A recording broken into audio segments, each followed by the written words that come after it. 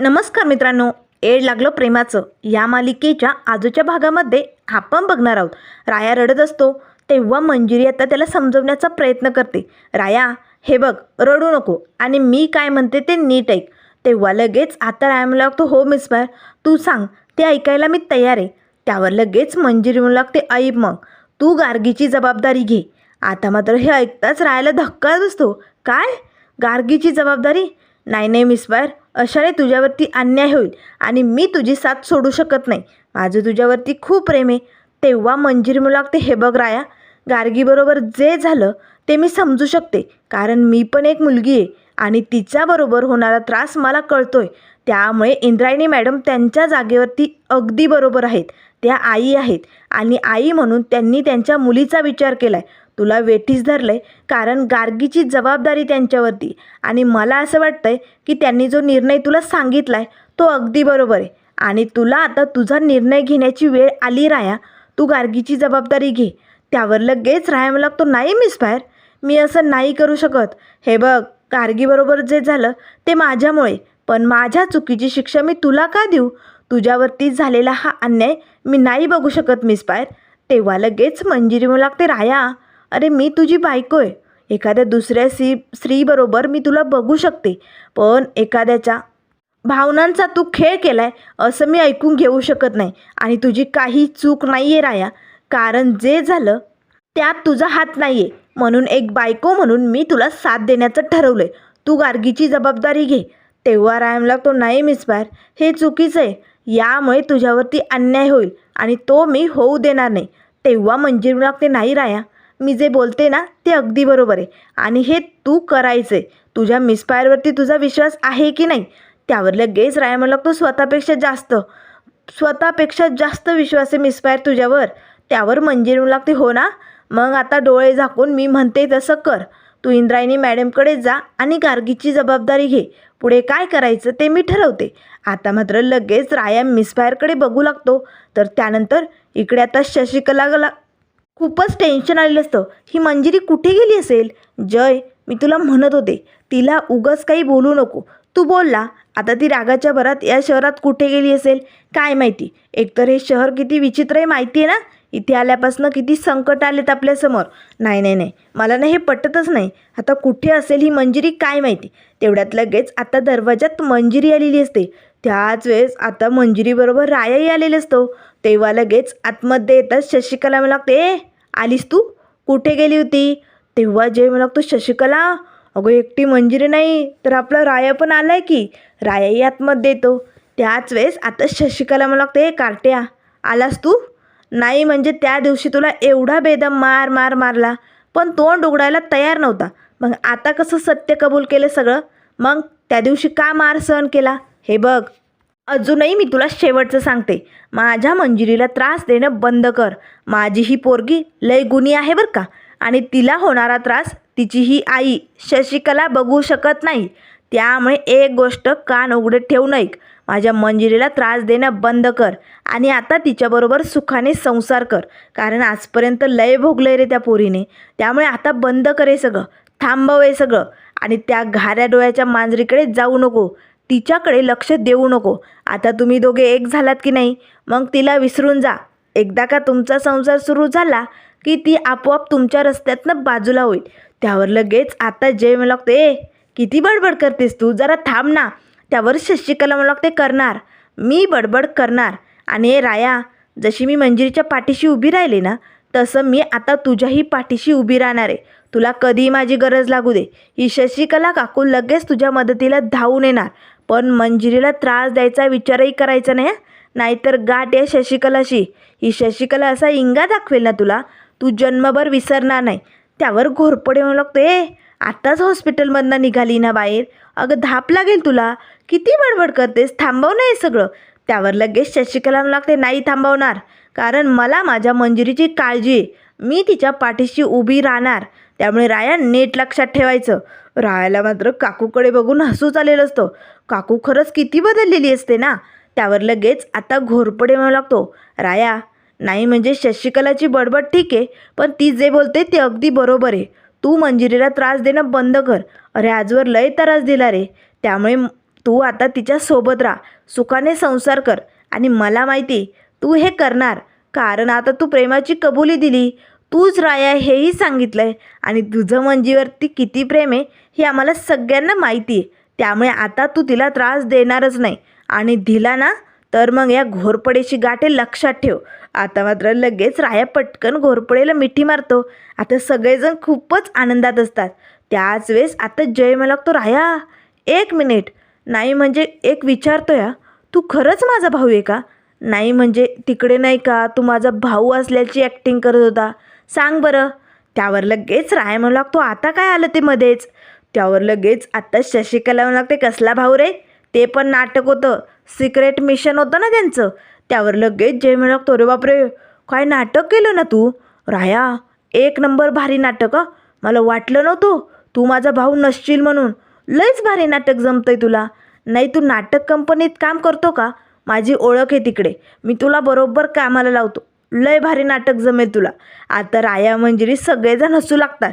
त्यावर लगेच शशिकला म्हणू लागते, ते सगळं जाऊ द्या, पण आता त्या घाऱ्या डोळ्याच्या मांजरीकडे लक्ष देऊ नको. तिच्या मुलीची जबाबदारी ती घेईल. तू फक्त आता मंजिरीची साथ दे आणि तिच्याबरोबर सुखाने संसार कर. मंजिरी मात्र 1 नाही 2 नाही गप्प असते आणि आता काकूकडे बघत असते. तर त्यानंतर इथे आता दुसऱ्या दिवसाची सकाळ झालेली असते. सकाळी सकाळी मंजिरी आता रायाच्या रूममध्ये पांढऱ्या रंगाचा कुर्ता घेऊन आलेली असते. तेव्हा लगेच आता राया म्हणू लागतो, मिस फायर, अगं हे काय आणलंय? तेव्हा मंजिरी म्हणू लागते, राया चल आज तू हा पोशाख घालायचा, चल पटकन कपडे बदलून घे. तेव्हा लगेच राया म्हणू लागतो, मिस फायर, अगं हे टी शर्ट वगैरे छान दिसायले ना, कशाला बदलायचे? नको, मला नको हा पांढरा कुर्ता. त्यावर मंजिरी म्हणू लागते, सांगितलं ना घालायचं आहे म्हटल्यानंतर घालायचं आहे, चल पटकन, नाहीतर मीच घालून देते, पटकन दाखव इकडे. तेव्हा राया लाजू लागतो, नाही नाही मिस फायर, तू कशी घालणार? राहू दे मी घालीन. तेव्हा मंजिरी म्हणू लागते, हो ना मग पकड आणि घाल. तेव्हा लगेच राया म्हणू लागतो, चालेल घालेन की. त्याच वेळेस मंजिरी म्हणू लागते, मग वाट कसली बघतोय, घाल ना. तेव्हा लगेच राया म्हणू लागतो, मिस फायर इथे? तेव्हा मंजिरी म्हणू लागते, इथे नाही मग कुठे घालणार आहे? त्यावर राया म्हणू लागतो, मिस फायर, अगं पण तू आहे की इकडे. त्यावर मंजिरी म्हणू लागते, मग असू दे की, मी तुझी बायको आहे ना. त्यावर राया म्हणू लागतो, नाही मिस फायर, तुला माहिती आहे ना तुझा राया किती लाजाळू आहे, त्यामुळे तू इकडनं जा. त्यावर मंजिरी म्हणू लागते, जमणार नाही, एवढा टाईमपास करतो, दाखव इकडे, मीच बदलून देते. तेव्हा राया म्हणू लागतो, नाही मिस फायर, तू एक काम कर, तू तिकडे तोंड कर आणि तुझे डोळे बंद कर. त्यावर मंजिरी म्हणू लागते, काय तिकडे तोंड करून डोळे बंद? अरे माझ्या पाठीला डोळे आहे का? तेव्हा राया म्हणू लागतो, प्लीज मिस फायर. आता मंजिरी लगेच रायाकडे पाठ फिरवते आणि आपले डोळे बंद करते, चल पटकन आवर. त्यावर लगेच राया म्हणू लागतो, हो हो आवरतोय, पण तू डोळे उघडू नको आणि पाठीमागे वळू नको. आता मात्र मंजिरीला खूपच हसायला येत असतं. रायाने आता तो कुर्ता बदललेला असतो. मंजिरी मात्र रायाकडे बघताच म्हणू लागते, वा राया, काय मस्त दिसतोय तू, बघ मी म्हटलं होतं ना हा ड्रेस तुला खूप छान दिसेल, आता लय भारी दिसतोय तू. त्यावर लगेच राया म्हणू लागतो, मिस फायर आता काय करायचं आहे मग? तेव्हा मंजिरी लागते, राया आता एक काम कर, आता मनापासनं देवाकडे प्रार्थना कर. मी जे काम करणार आहे, मी जी जबाबदारी घेणार आहे ती पूर्ण करण्यासाठी मला यश दे. माझ्या पाठीशी खंबीरपणे उभी राहा. तुझ्या आशीर्वादांची मला सदैव गरज आहे, तरच मी माझी जबाबदारी पार पाडू शकतो. तेव्हा लगेच राया म्हणू लागतो, मिस फायर कुठली जबाबदारी? त्यावर मंजिरी म्हणू लागते, गार्गीची जबाबदारी. आता हे ऐकताच रायाला धक्का बसतो. मिस फायर अगं काय बोलते तू? मी गार्गीची जबाबदारी घेतली तर तुझं काय? त्यावर मंजिरी म्हणू लागते, राया तू काळजी करू नको, आता आपलं ठरलंय, आपण गार्गीची जबाबदारी घेणार आणि या सगळ्यात तू एकटा नाही आहे, तुझी ही मिस फायर तुझी साथ देणार आहे. आपण गार्गीला इकडे घेऊन येऊया. त्यामुळे जा इंद्रायणी मॅडमकडे जा आणि गार्गीला इकडे घेऊन ये. तेव्हा लगेच राया म्हणू लागतो, नाही मिस फायर, मी असं नाही करू शकत, असा निर्णय चुकीचा ठरेल आपला. त्यावर मंजिरी म्हणू लागते, राया तुझा माझ्यावरती विश्वास आहे ना, मग तुझी मिस फायर जे म्हणते ते तू कर आणि गार्गीला घेऊन ये. आपण काहीही चुकीचं करत नाही आहोत, जे काय होईल ते बघितलं जाईल. तर मग लगेच राया म्हणू लागतो, मिस फायर आज जर मी हा निर्णय घेतला आणि गार्गीला घेऊन आलो, ती बरी झाली तर तिचं माझ्यावरती प्रेम होतं, ती माझ्याबरोबर लग्न करण्याचा हट्ट धरेल, मग आपल्या नात्याचं काय मिस फायर? त्यावर मंजिरी म्हणू लागते, राया तू टेन्शन घेऊ नको, तुझी ही बायको प्रत्येक संकटात तुझ्या पाठीशी खंबीरपणे उभी राहणार आहे. असं काय बी होणार नाही. जा, तू लवकरात लवकर घेऊन ये. गार्गीची जबाबदारी खूप महत्त्वाची आहे. त्यामुळे राया, माझ्यावरती विश्वास ठेव. मी तुझ्या पाठीशी आहे. चल पटकन जा बरं. आता मंजिरीने रायाला मिसफायर बनून त्याची साथ द्यायचं ठरवलेलं असतं. आता राया मात्र इंद्रायणी मॅडमच्या घरी निघालेला असतो. तर इकडे आता गार्गी मात्र औषधं घ्यायला नकार देत असते. रमेश काका जे असतात त्यांच्या घरातले नोकर ते मात्र गार्गीला हट्ट करत असतात. गार्गी बाळा, चल बरं पटकन औषधं घेऊन टाक. गार्गी मात्र ऐकायला तयारच नसते. ती आता सारखी तिची जी डॉल असते ना पिंगू, तिला घेऊन पळत असते. इकडच्या बेडवरनं सोफ्यावरती तिकडे सगळा काही घरात पसारा चालू असतो. रामू काका तिला समजावून सांगण्याचा प्रयत्न करत असतात, पण ती काही ऐकायला तयार नसते. नाही हं, मला हे औषध नको आहे, ते अतिशय कडू असतंय, मी घेणार नाही आहे. तेव्हा लगेच आता रामू काका म्हणू लागतात, गार्गी तू जर हे औषध घेतलं तर मी तुला साखर देईल, नाहीतर चॉकलेट देईल. त्यावर लगेच गार्गी म्हणू लागते, जमणार नाही, तुम्ही मला फसवता आणि ही कडू औषधं प्यायला देता. मी घेणार नाही म्हणजे नाही. आता मात्र गार्गीने सगळीकडे पसारा करून ठेवलेला असतो. तिचा हट्ट हा सगळा आता दरवाज्यातनं डोकावून विशाल म्हणजे रायाने बघितलेला असतो. त्याच वेळेस राया म्हणू लागतो, रे बापरे, ही पोरगी तर आता लयच हट्टी होत चालली. हिला कसं समजावं? गोळ्या औषधं घेणं खूप गरजेचं आहे हिच्यासाठी आणि ते हिला द्यायलाच पाहिजे. त्यासाठी काय करू याचा विचार आता राया करू लागतो. त्याच वेळेस रायाच्या डोक्यात एक भन्नाट आयडिया आलेली असते. राया लगेच तिकडनं बाजूला जातो. तर इकडे आता शशिकला मात्र मंजिरीची घरी वाट बघत असते. मंजिरी आता रूममध्ये पाऊल ठेवणार. ते शशिकला म्हणते, थांब मंजिरी, आतमध्ये पाऊल टाकू नको, तिकडेच थांब. मंजिरी गडबडते, काकूला काय झाले नेमकं? त्यावर लगेच आता शशिकला दरवाज्यात येते. मंजिरीचा हात पकडते आणि तिला ओढतच आतमध्ये घेते. ये आतमध्ये, बघतेस तुझ्याकडे. मंजिरी, अगं तुला वेळ लागलाय का? अगं काय चालू आहे तुझं? कुठे पाठवलंयस तू रायाला? अगं एवढ्या दिवसातनं तुझा राया तुला भेटला. अगं मग तू त्याला त्या इंद्रायणीकडे का पाठवलंय? हे बघ मंजिरी, तू जे काही करायचं ठरवलंय ना ते चुकीचं आहे. तुमच्या दोघांमध्ये ती गार्गी कशी येऊ शकते? नाही हां, अजिबात जमणार नाही. त्यावर लगेच मंजिरी म्हणू लागते, काकू ऐकून घे, शांत हो बरं. त्यावर शशिकला म्हणू लागते, शांत बसणार नाही आहे मी, कारण तुझं आणि रायाचं संपूर्ण बोलणं ऐकलं आहे मी.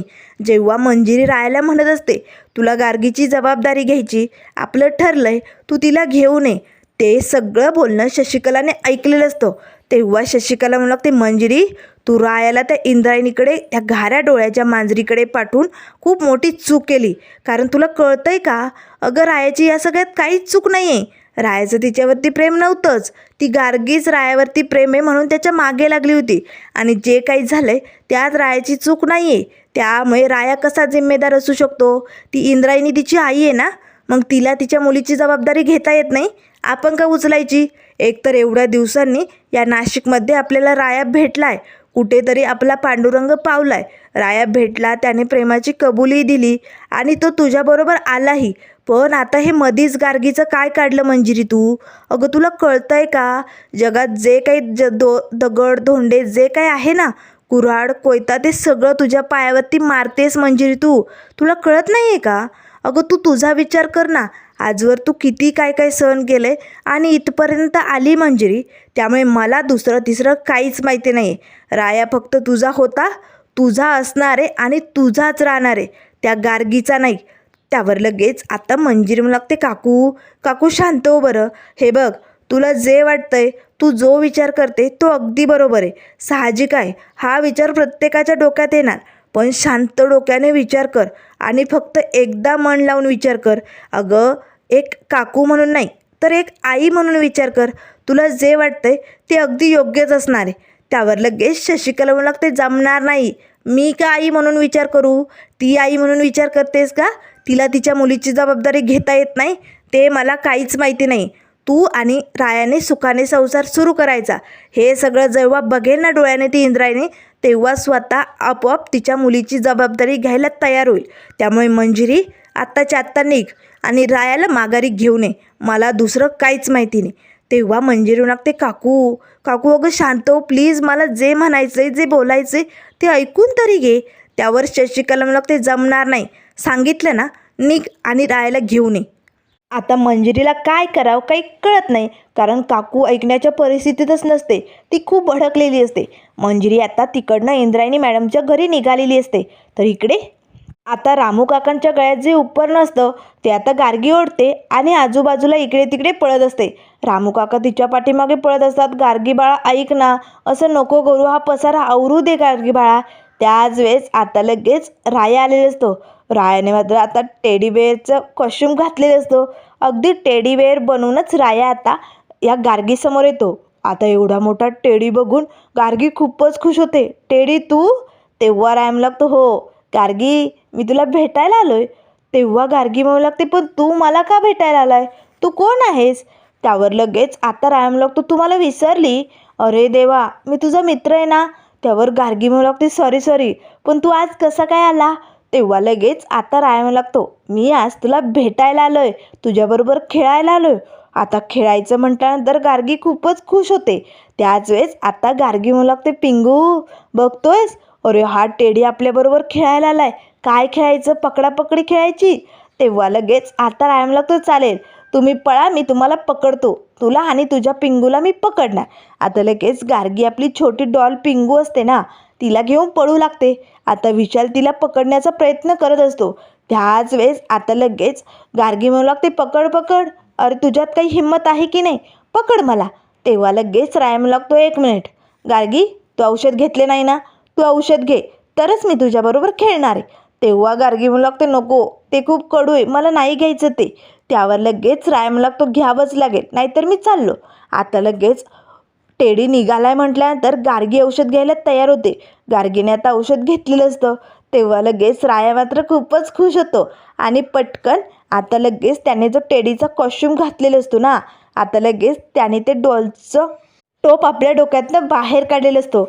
आता लगेच विशालला बघताच गार्गी खुश होते. विशू तू? अरे विशू, तुझ्याकडे मॅजिक आहे का? तू टेडी कसा झाला होता? त्यावर लगेच आता राया म्हणू लागतो, नाही माझ्याकडे मॅजिक नाही आहे, पण गार्गी हा ना टेडीचा कॉस्ट्यूम आहे, हा कोणी बी घातला ना तरी टेडी बेअर बनू शकतो. तेव्हा गार्गी म्हणू लागते, हो मग मी बनू शकते का? त्यावर लगेच राया म्हणू लागतो, बनू शकते की, थांब एक मिनिट. आता लगेच राया तो कॉस्ट्यूम काढू लागतो. आता रायाने तो कॉस्ट्यूम काढलेला असतो. त्याच वेळेस गार्गी त्याकडे बघू लागते. रायाने आता जो पांढऱ्या रंगाचा त्या मंत्र्यासारखा कुर्ता घातलेला असतो तो बघताच आता मात्र गार्गी घाबरते आणि जोरजोरात ओरडू लागते. तिला आता त्यावेळेचे काही क्षण आठवू लागतात. त्या मंत्र्याने असेच पांढरे रंगाचे कपडे घातलेले असतात. आता लगेच गार्गी म्हणू लागते, दूर हो, दूर हो माझ्यापासनं. आता रामू काकाला आणि रायाला काही कळत नाही.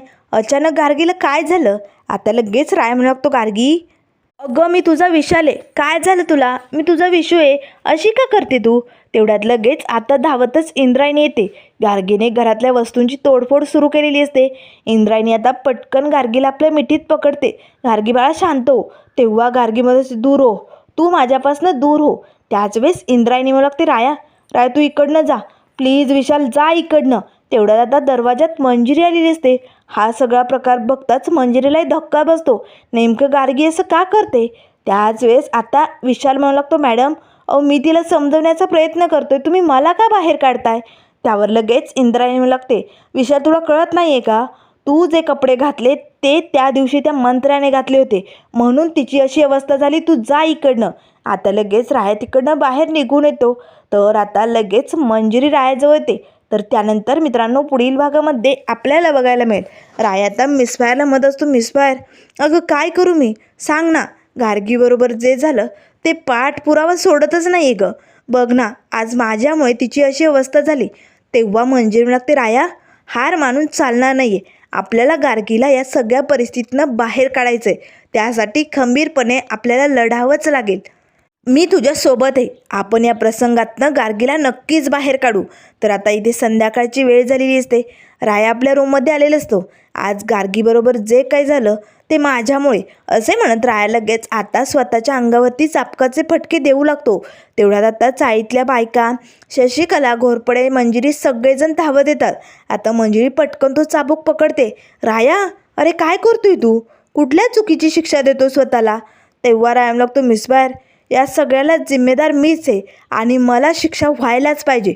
तेव्हा मंजिरी लागते, नाही राया, शिक्षा व्हायची असेल तर तुला नाही, ती मला होईल.